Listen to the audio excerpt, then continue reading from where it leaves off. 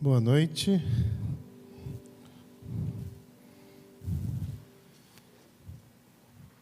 Deixa eu me apresentar, eu sou o pastor Josimar. Eu decidi emagrecer 2 quilos essa semana. E hoje eu fui pesar, deu 1,9 kg e uns quebradinhos. Então eu tirei a barba para bater a meta. Não é? Minha esposa reclamou que minha boca ficou pequena, que eu não fiz assim ainda. Ó. Quero continuar nessa noite na sequência que eu tenho vindo, porque esse assunto tem balançado o meu coração. E nós temos visto aqui em Mateus 19, começando no versículo 16, uma conversa de Jesus com um jovem rico que pensava que tinha méritos para subir aos céus, para ser salvo. E ele foi embora triste porque percebeu que não tinha. Então, na sequência, Jesus diz, Pedro pergunta, e nós que deixamos tudo? Jesus coloca Pedro e os discípulos no seu lugar e conta uma parábola, a parábola dos trabalhadores na vinha, que fala sobre o nosso serviço, ele é pago pela justiça e pela misericórdia de Deus. E aí, na sequência, Jesus prediz a sua morte e vem a mãe de Tiago e João e pede para que os seus filhos tenham a supremacia, tenham destaque no reino de Deus, pensando que o reino seria aqui.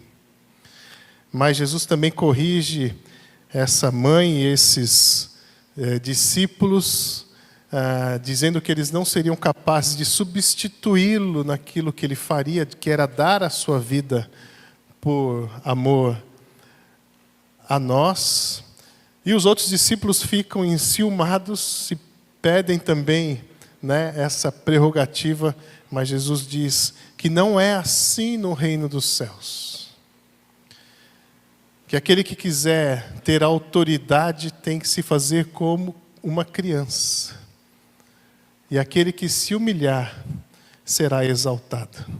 E aí nós então, na sequência, vemos o texto que fala sobre a cura de 2 cegos, que é esse que está aí em Mateus 20, 29 a 34. Se você puder abrir a sua Bíblia e deixar aberta, nós vamos acompanhar esse texto e os demais. Mas antes de irmos ao texto, eu quero dizer uma coisa que tem, assim, resgatado não, mas assim, abraçado, preenchido o meu coração. Eu estou, acredito, entrando numa terceira fase de ministério. Tem certas coisas que eu tenho tido muito mais paciência, muito mais cuidado, muito mais zelo, um olhar muito mais misericordioso. Mas tem outras coisas que eu tenho tido um olhar muito menos paciente. Assim, tipo, quem lembra? Tolerância zero.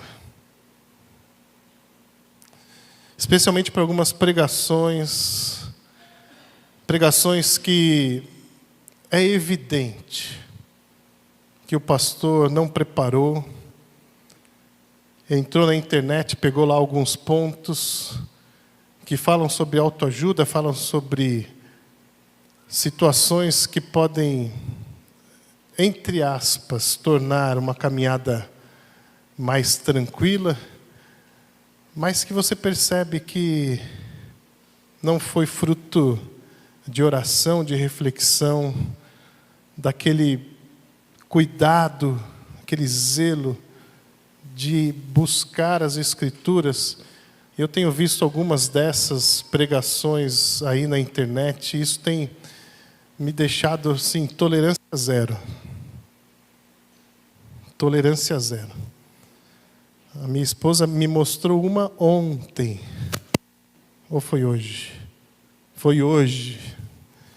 Eu já nem queria mais ouvir.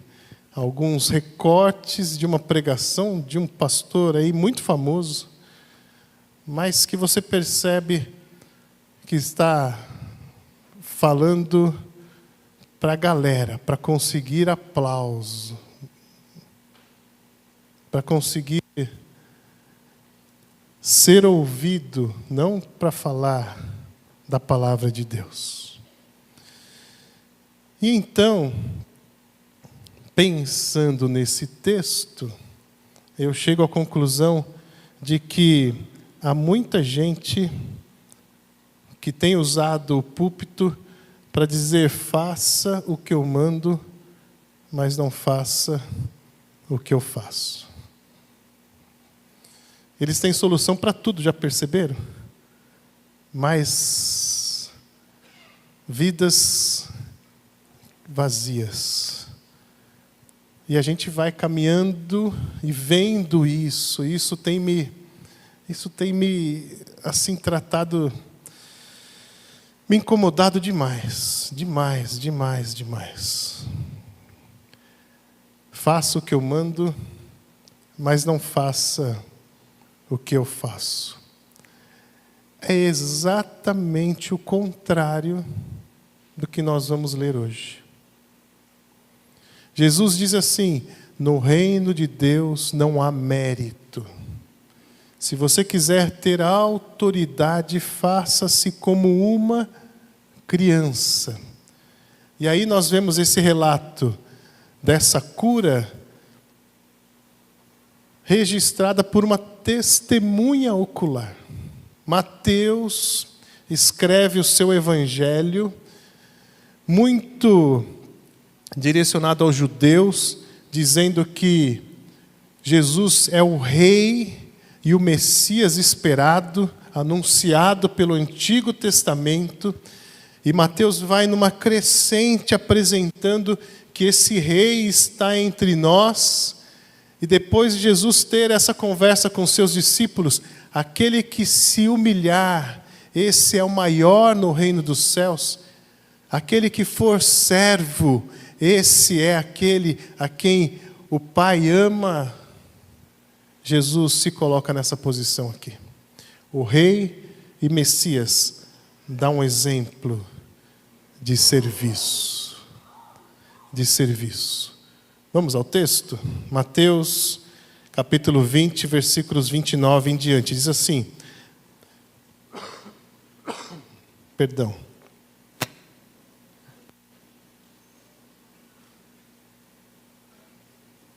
Se eu tivesse de barba, ia cair na barba, mas eu estou sem barba, então caiu na camisa, tá bom? Vamos lá, versículo 29. Ao saírem de Jericó, uma grande multidão seguiu Jesus. Aqui existe uma nuance que você vai perceber nos outros textos, que um texto diz ao saírem de Jericó e outro texto diz ao entrarem em Jericó. É porque havia duas Jericós na época, uma antiga, destruída em ruínas, foi aquela que foi profetizada, que aquele que reconstruísse a faria pela morte do seu filho mais novo e colocaria as portas pela morte do seu filho mais velho. Essa Jericó são as ruínas daquela cidade que foi demolida pelo povo de Israel, e a nova Jericó que foi construída a 2 quilômetros de distância, reformada pelo Império Romano para ser uma cidade de veraneio dos imperadores. Então, diz o texto, ao saírem de Jericó, a gente não sabe qual Jericó que é, se é a antiga ou se é a nova Jericó, mas uma grande multidão seguiu Jesus. 2 cegos estavam sentados à beira do caminho, e quando ouviram falar que Jesus estava passando, puseram-se a gritar: Senhor, filho de Davi, tem misericórdia de nós. O máximo que eles poderiam fazer era gritar. Eram 2 cegos. Eles ouviram a multidão chegando. A multidão que estava saindo de Jericó. E eles estavam ali à porta ouvindo aquilo e começaram a fazer o que eles podiam, a gritar. E eles gritavam isso: Senhor, Filho de Davi, um título messiânico, como exalta Mateus. Mateus está assistindo isso, Mateus estava com Jesus. Mateus é um dos apóstolos, um dos discípulos.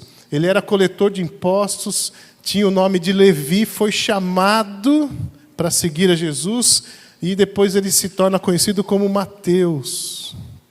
E ele está vendo isso e ele relata que esses 2 cegos começaram a gritar: Filho de Davi, tem o quê? Misericórdia. Percebe o contraste com o que estava acontecendo antes? Nós não merecemos. Nós não merecemos. Nós precisamos da sua misericórdia, Senhor. Misericórdia. Provavelmente o primeiro contato que eles estavam tendo com o Senhor. E eles clamam por misericórdia. Versículo 31. A multidão os repreendeu para que ficassem quietos. Mas eles gritavam ainda mais: Senhor, Filho de Davi, tem misericórdia de nós. E é muito interessante quando a multidão tenta abafar o grito. Geralmente o grito aumenta. Né? Já tentou fazer isso com seu filho, chorando? Fica quieto. O que acontece? É mais ou menos isso. Eles estavam desesperados, clamando. E a multidão tentava abafar aquele clamor e eles gritavam ainda mais alto. Versículo 32, Jesus parando. Nossa, como eu amo isso aqui. Jesus tinha acabado de anunciar lá no versículo 17, do capítulo 20, que ele estava indo para Jerusalém cumprir o seu propósito, que era dar a sua vida em resgate de muitos. E ele está nessa direção, nessa caminhada, nesse propósito, mas ele para. Eu quero dizer para nós que Jesus sempre vai parar quando você clamar. Isso é uma promessa. A Bíblia diz que Deus se inclina para ouvir o clamor dos seus filhos. Já pensou nisso? O Senhor do universo, o Criador de todas as coisas, Ele para e se inclina para ouvir o seu clamor. Então Jesus parou, Jesus parando, chamou-os e perguntou-lhes. Essa é a parte hilária do texto, né? O que vocês querem que eu lhes faça? 2 cegos gritando, e Jesus para e pergunta: o que é que vocês querem? E eles respondem: Senhor, queremos que se abram os nossos olhos. Nós queremos ver. Jesus teve compaixão deles e tocou nos olhos deles. Veja, Jesus teve compaixão. Jesus não disse: vocês merecem isso. Jesus disse: eu vou agir com a minha misericórdia. Imediatamente eles recuperaram a visão e o seguiram. Vamos ver agora o relato de Marcos. Marcos tem um olhar de Pedro. Pedro conta essa história para Marcos, muito provavelmente, e Marcos registra essa história sob o olhar de Pedro, que foi testemunho ocular. Tudo bem? Então nós vamos ter alguns outros detalhes nesse texto que nós não tínhamos em Mateus. Veja que interessante. Marcos 10, 46 em diante, diz assim: então chegaram a Jericó quando Jesus e seus discípulos, juntamente com uma grande multidão, estavam saindo da cidade. O filho de Timeu, Bartimeu, Bar significa filho. Então, o filho de Timeu, Bartimeu, é uma repetição. Bartimeu, filho de Timeu, que era cego, estava sentado à beira do caminho pedindo esmolas. Então, nós recebemos a informação de que um daqueles dois cegos era filho de Timeu, chamado de Bartimeu. Ele e o seu amigo estavam à beira do caminho fazendo o quê? Fazendo o que um deficiente, um cego, podia fazer naquela época: pedir esmolas. Nós vivemos num mundo em que nós temos tratamentos muito avançados, nós temos situações, projetos do governo para cuidar de certos grupos, mas naquela época um cego era uma pessoa inexistente. A única coisa que ele podia fazer era pedir esmolas. E ele estava fazendo isso, ele estava ali, ao lado do caminho, Jesus saindo, e ele contando com o pouco que podia cair sobre a sua capa. Porque eles estendiam a capa, e ali as pessoas iam jogando as suas esmolas. Versículo 47. Quando ouviu que era Jesus de Nazaré, não era qualquer um. Ele ouviu, é Jesus quem está passando. Começou a gritar, Jesus, filho de Davi, tem misericórdia de mim. Nós já, então, entendemos que esse filho de Davi tem a ver com a sua messianidade. Muitos o repreendiam para que ficasse quieto. Mas ele gritava ainda mais, filho de Davi, tem misericórdia de mim. Jesus parou e disse, chamem-no. Engraçado que aqui, Marcos, através da visão de Pedro, diz que parece dizer que era um só. É por isso que os evangelhos são tão confiáveis. Porque se os evangelhos fosse algo combinado entre os autores, eles teriam que escrever a mesma história para dizer que isso era verdade. Mas o que nós temos aqui? Histórias narradas de acordo com a visão de pessoas que enxergaram ou relatavam coisas diferentes de um mesmo acontecimento, e elas se completam. Não é assim? É muito fácil. Se alguém perguntar para sua esposa como aconteceu o acidente de carro, ela vai descrever com detalhes impressionantes. Até a expressão que você fez quando o carro bateu no seu carro. Se você perguntar para o marido, ele vai falar o quê?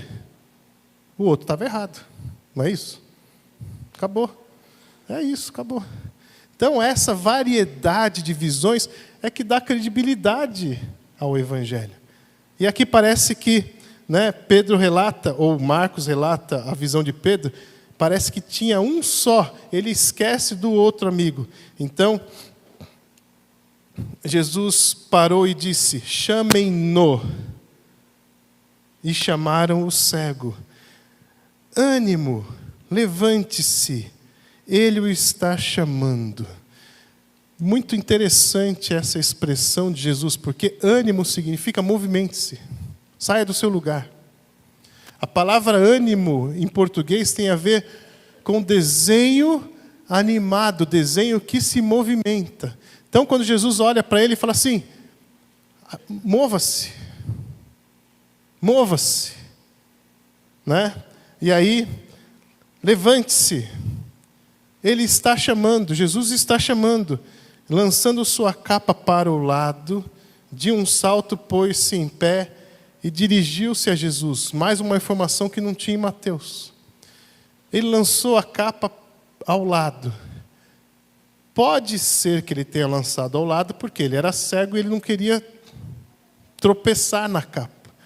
Mas veja, ele estava pedindo esmolas à beira do caminho. Era pobre. Era inexistente para a sociedade. E as esmolas eram lançadas sobre a capa.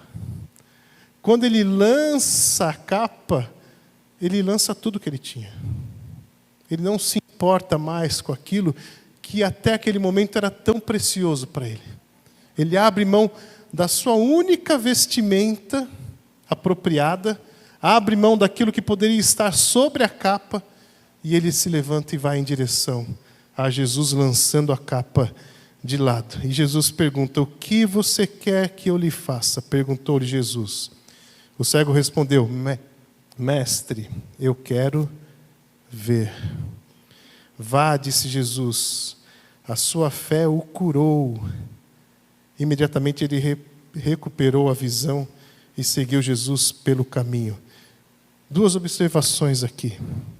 Quando Jesus diz: o que você quer? Ele responde: mestre, eu quero ver. A palavra aqui é Rabone, significa meu mestre, meu Senhor. Essa palavra só é usada 2 vezes no Evangelho. Aqui com Bartimeu e depois com Maria Madalena, lá em João capítulo 20, versículo 16.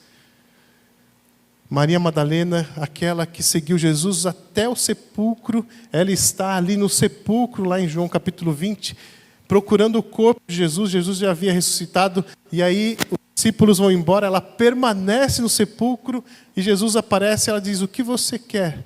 Ela disse: mestre, onde está o corpo? Né? Onde está? Onde colocaram? Rabone, não, ela diz assim: mestre, é você. Eu estava procurando o corpo, mas é você. São as únicas 2 vezes que nós encontramos essa palavra no Evangelho. Rabone, meu mestre. Segunda observação é que Jesus diz: vá, a sua fé o curou. A palavra curar é a mesma palavra de salvar.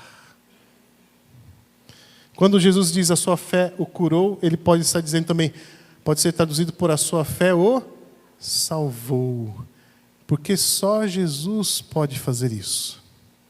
Nos curar da enfermidade e nos curar do pecado. Só Jesus pode fazer isso. Nenhuma força pessoal pode fazer isso. Nos curar do pecado, ou seja, nos salvar. Então aqui você tem uma expressão da fé que se tornou prática, ou que recebeu uma resposta direta de Deus, assim como quando nós expressamos fé em Jesus como nosso Salvador. Isso é uma fé prática, que recebe uma resposta de Deus.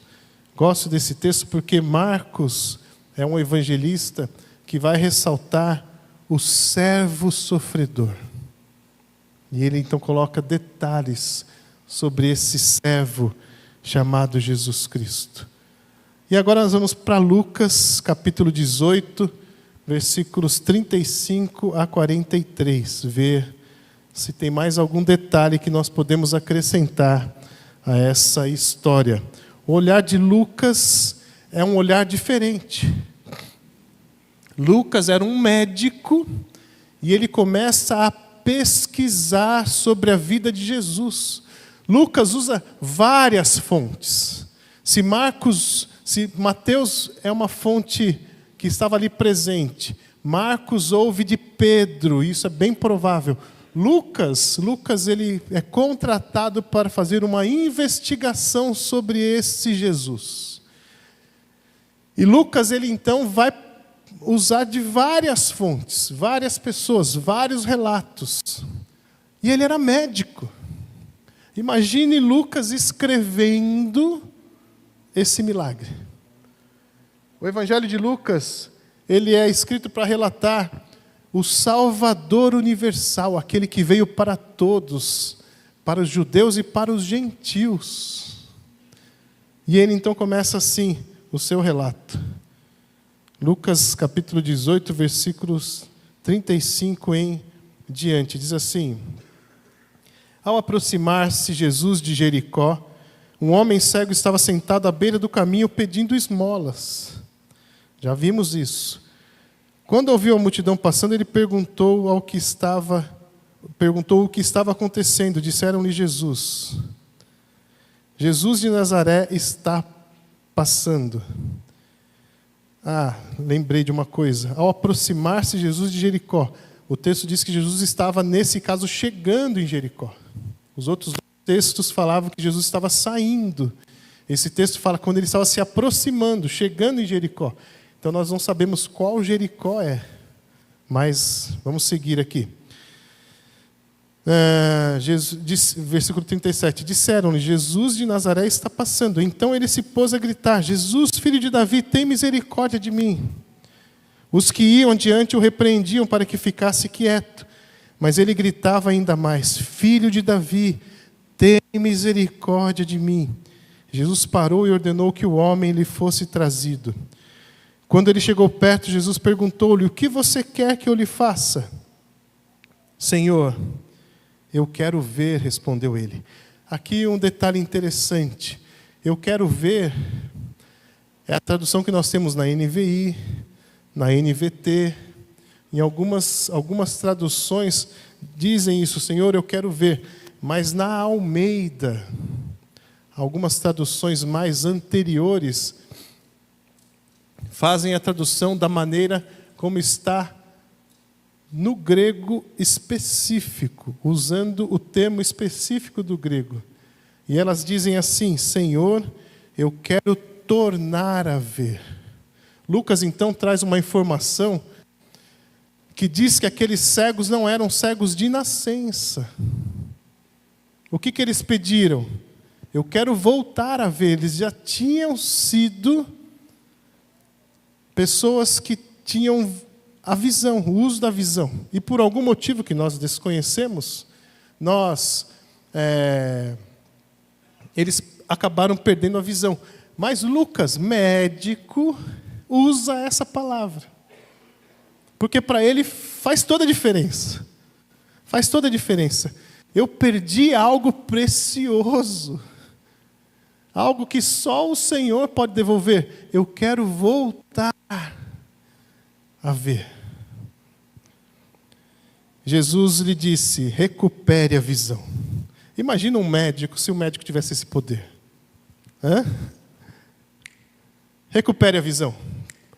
Quem não gostaria de ter esse tipo de poder? Imagine Lucas escrevendo isso e pensando nos casos que ele poderia ter ajudado, tratado, resolvido. E ele é bem direto, ele diz assim, que Jesus olhou e falou assim: recupere. A sua fé o curou, ou como eu disse, o salvou também. Imediatamente ele recuperou a visão e seguia Jesus glorificando a Deus. Quando todo o povo viu isso, deu louvores a Deus. Aqui mais uma informação que nós não temos nos outros.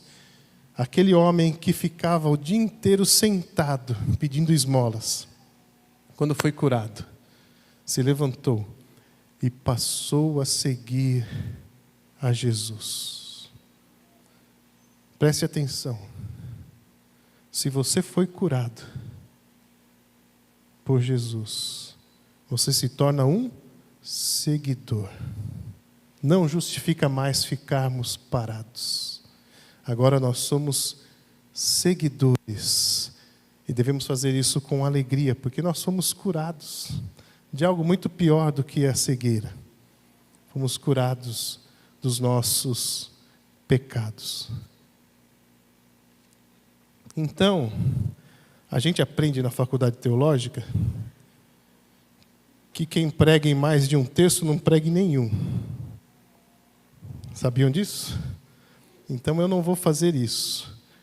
Eu vou fazer agora 4 afirmações sobre o texto de Mateus, tá bom? E depois vou fazer 3 aplicações do capítulo 19 até o final do capítulo 20, para a gente encerrar essa conversa que a gente tem tido nesses últimos 3 domingos. Primeira afirmação, baseado lá só apenas em Mateus, capítulo 20. A misericórdia faz parte da ação diária de Deus. Se você pode esperar algo de Deus no seu dia, é a misericórdia. As misericórdias do Senhor se renovam a cada manhã. E por isso, elas são a causa de não sermos destruídos. Gente, a gente precisa louvar esse Deus que não trata a gente por mérito.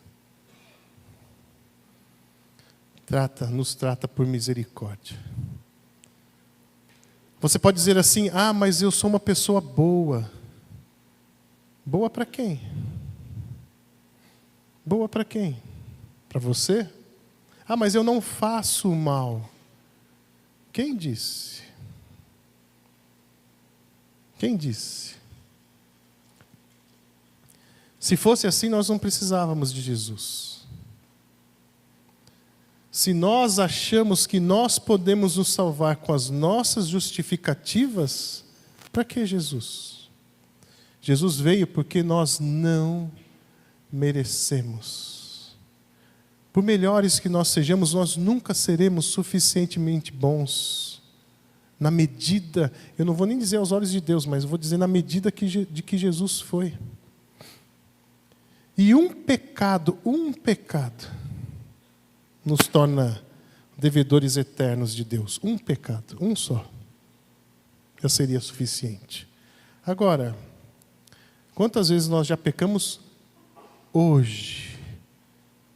Se você acha que a bondade é algo que te leva a Deus e que pode te absolver diante de Deus, eu vou perguntar uma coisa.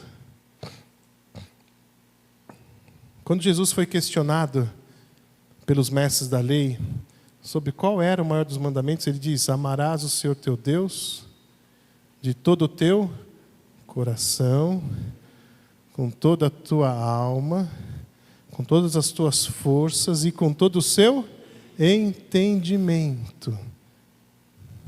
Isso é o maior dos mandamentos. Eu vou fazer uma pergunta. Você amou a Deus hoje de todo o seu coração? Toda a sua alma? Com todas as suas forças? Com todo o seu entendimento? Então você está em dívida com Deus. E se não fosse pela misericórdia de Deus, nós seríamos consumidos. A misericórdia de Deus é diária. Diária em nossas vidas. Segunda afirmação: não impeça as pessoas de se achegarem a Jesus. Os cegos estavam gritando e os discípulos estavam tentando abafar, a multidão estava tentando abafar os gritos. E como que a gente faz isso? Eu acredito que muito, muito, muito com o nosso mau testemunho. O nosso testemunho é o nosso cartão de visitas para as pessoas se achegarem a Jesus. Mas quando nós damos mau testemunho, nós impedimos as pessoas de se achegarem a Jesus. Elas pensam: por que eu quero esse Jesus? Se ele que diz que é filho de Deus é assim, ruinzinho desse jeito, não tenta nem melhorar, para que eu quero esse Jesus? Nós precisamos ter muito cuidado. Porque eu morro de medo de chegar no último dia e Jesus falar assim: bem-estar, servo bom e fiel. Mas olha, aqueles que você impediu que chegassem a mim, estão sendo condenados. Tenho isso contra ti. Terceira afirmação sobre Mateus capítulo 20. O texto que nós lemos da cura dos cegos. O que vocês querem que eu lhes faça? Pergunta Jesus. E eles respondem: que o Senhor nos cure. Eles não pediram bênçãos materiais. Eles não pediram, eles sequer pediram a salvação. O que vocês querem que eu lhes faça? A gente quer ver. Há orações que são assim. são só um grito, só um pedido de socorro, um pedido de ajuda, e Deus recebe o seu clamor. Não se cale. Não se cale. Ah, mas eu li. Então, vamos voltar àqueles pregadores que eu falei no começo, que colocam lá o tema na internet e aí saem falando aquilo sem reflexão. Ah, eu li que a oração tem que ser assim, tem que ser assado, tem que ter 5 passos, ela tem que começar assim, terminar assado. Gente, a única oração modelo que Jesus deixou é a oração que nós chamamos de Pai Nosso. Mas como tem especialista em oração por aí? Agora, o que Jesus quer? Jesus quer que você clame, que você dependa dele, que você se incline, sem padrão, se for o caso. É claro que a oração do Pai Nosso tem o seu lugar. É claro, é óbvio. Mas tem momentos que você só quer falar assim: Jesus, socorro. Eu só quero ver. Eu só quero viver. Eu só quero respirar. Eu só preciso de ajuda. Eu só preciso de um cuidado. Senhor, socorre-me, por favor. E a 4ª afirmação. A cura desemboca no discipulado. Aquele que é curado se torna um seguidor. Aquele que é curado passa a reconhecer a Jesus como o autor da cura, o único que pode nos salvar do pecado. E quando nós temos essa consciência, nós entendemos que qualquer tipo de salvação tem que levar aquele que foi salvo a ser um discípulo. Não importa o relato, se você está presenciando ou se você está ouvindo, se você já viu a ação de Deus, você deve se tornar um discípulo, obedecer, ser fiel, congregar-se. Isso é um discípulo, isso é o que um discípulo faz, ele obedece o mestre. Ele obedece. Se Jesus fala, levante-se, ele levanta. Se Jesus fala, vem aqui, ânimo, ele vai. Ele é um servo, um discípulo, é alguém que obedece. E esses cegos, só receberam o que pediram, porque quando Jesus falou, eles obedeceram. Eles obedeceram. E a obediência forma, gera, caracteriza um discípulo. Então eu vou fazer 3 aplicações lá desde Mateus capítulo 19, versículo 16 até Mateus 20, versículo 34. Não vai doer, tá bom? É bem simples. Primeiro, quem ama as coisas deste mundo não pode amar a Deus. Ou você ama esse mundo, ou você ama Deus. Não dá para fazer as duas coisas. Ou você quer autoridade nesse mundo, ou você quer o amor a Deus. Ou você quer as riquezas deste mundo, ou você quer o amor a Deus. Ou você quer as glórias deste mundo, ou você quer a misericórdia de Deus. Não dá para amar este mundo e amar a Deus ao mesmo tempo.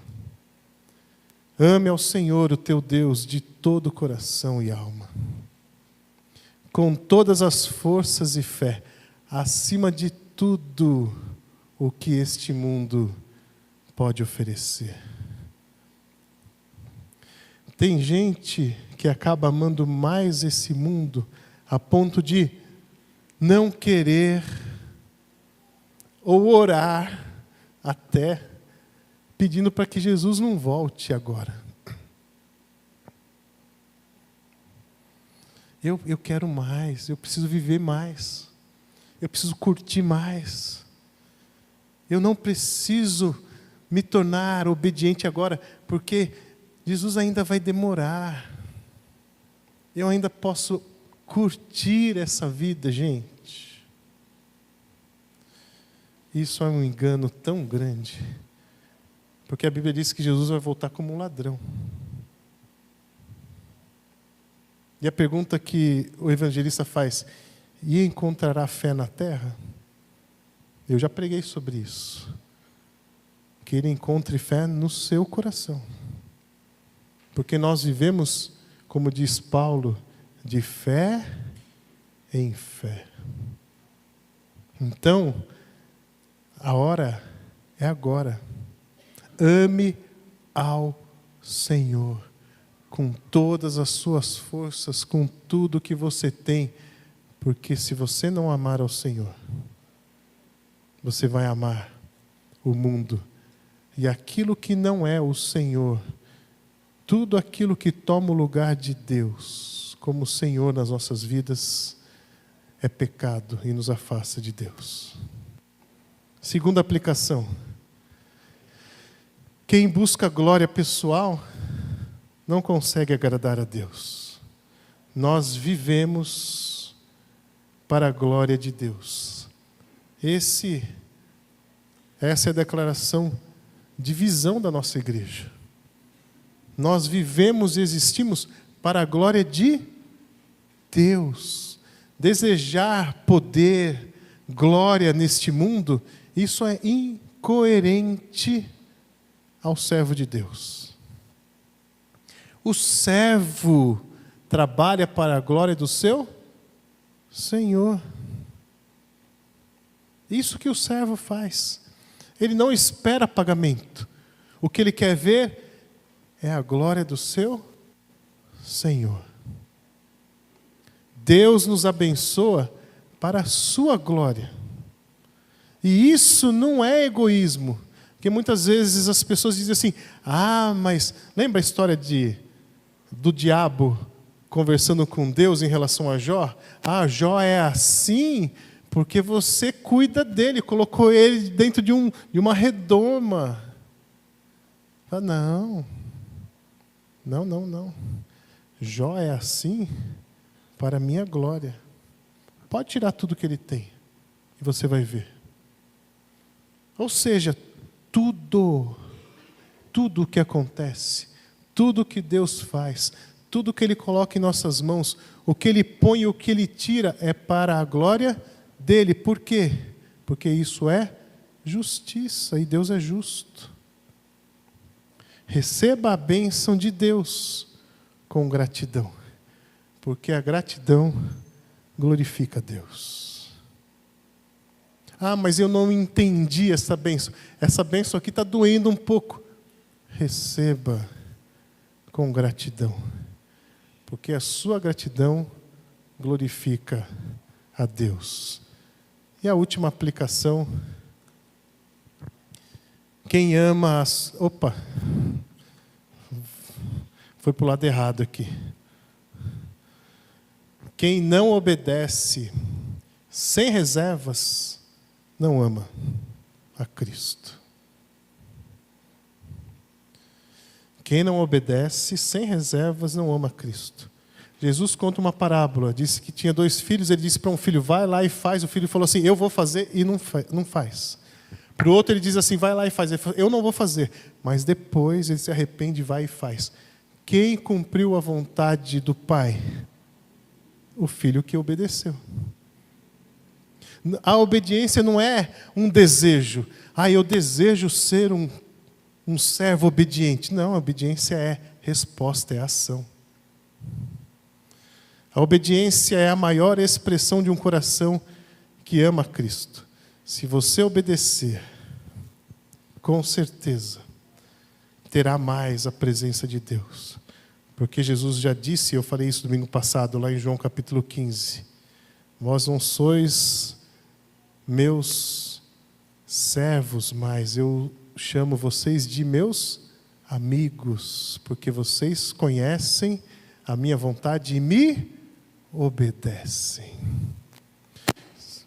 No momento em que nos tornarmos servos obedientes, nós teremos muito mais da presença de Deus nas nossas vidas e nós vamos nos sentir acolhidos e amigos de Deus. Que seja assim nas nossas vidas. Vou pedir para a equipe subir, vamos orar e assim nós encerramos nosso culto dessa noite. Pai, faz em nós aquilo que só o Teu Santo Espírito pode fazer através da semente que foi lançada nesta noite. Frutifica, ó Pai, em nossos corações e em nossas vidas. E ajuda-nos, ó Pai, a sermos obedientes à Tua palavra. Que a nossa semana seja debaixo da Tua misericórdia mais uma vez.